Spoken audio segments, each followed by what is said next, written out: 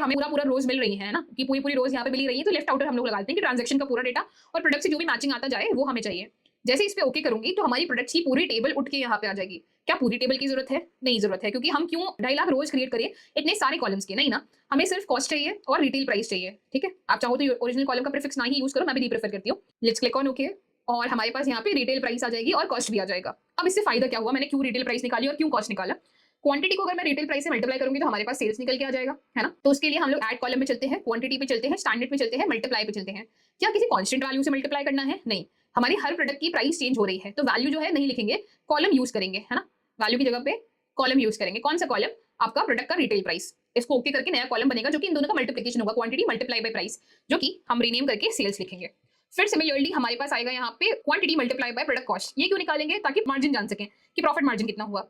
तो फिर से स्टैंडर्ड पे चलते हैं, मल्टीप्लाई पे चलते हैं, सेल्स को नहीं मल्टीप्लाई करना है, सॉरी, क्वांटिटी को चलते हैं एंड मल्टीप्लाई पे चलते हैं।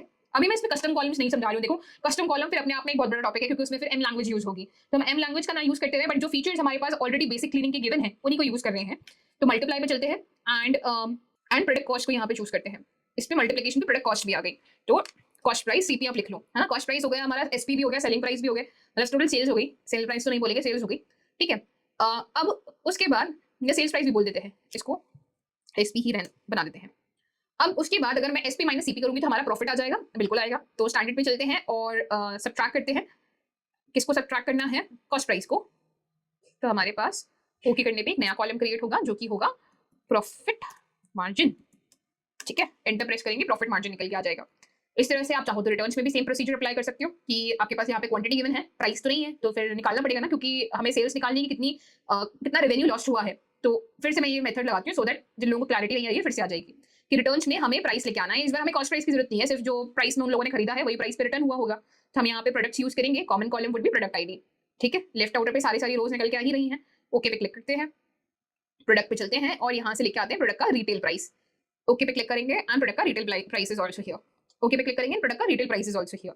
नाउ इन दोनों को अगर आप फिर से मल्टीप्लाई करेंगे तो हमारे पास लॉस्ट रेवेन्यू निकल के आएगा, या रिटर्न अमाउंट बोल देते हैं फिलहाल को। लॉस्ट रेवेन्यू आप लोग डैशबोर्ड में कंसीडर कर सकते हो।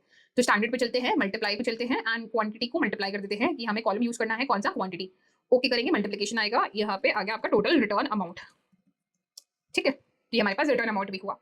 अभी आप देख पा रहे हैं कि कैसे हमने डेटा सेट के अंदर अलग अलग स्टेप्स पे जहां जहां क्लीनिंग रिक्वायर्ड थी वहां क्लीनिंग करी, जहां ट्रांसफॉर्मेशन रिक्वायर्ड था ट्रांसफॉर्म किया, जहां नया कॉलम चाहिए था नया कॉलम बनाया, जहां पे नए कॉलम्स लाने थे दूसरे टेबल से वहां पे मर्ज का यूज किया, नई रोज जोड़नी थी तो अपेंड का यूज किया। ऐसे डिफरेंट मेथड्स होते हैं गाइस जिसके बेसिस पे अपने डेटा को क्लीन कर सकते हो, ठीक है। डिफरेंट मेथड्स के बेसिस पे आप अपने डेटा को क्लीन कर सकते हो। ये क्लीनिंग के आपके स्टेप्स हो गए।